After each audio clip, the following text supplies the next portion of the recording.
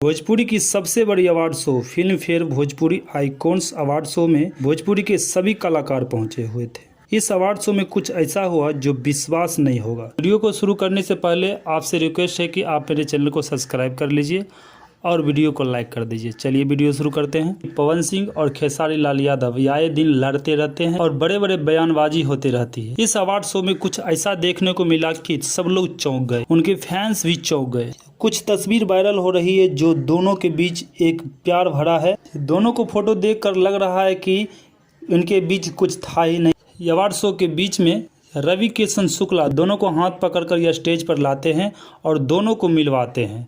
उसी जगह पवन सिंह एक अच्छा सा प्यारा सा सॉन्ग गाते हैं और खेसारी लाल भी उनके लपक के गले लग जाते हैं।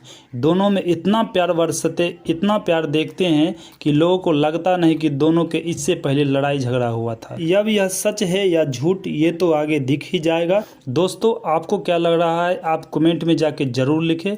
मिलते हैं नेक्स्ट वीडियो में।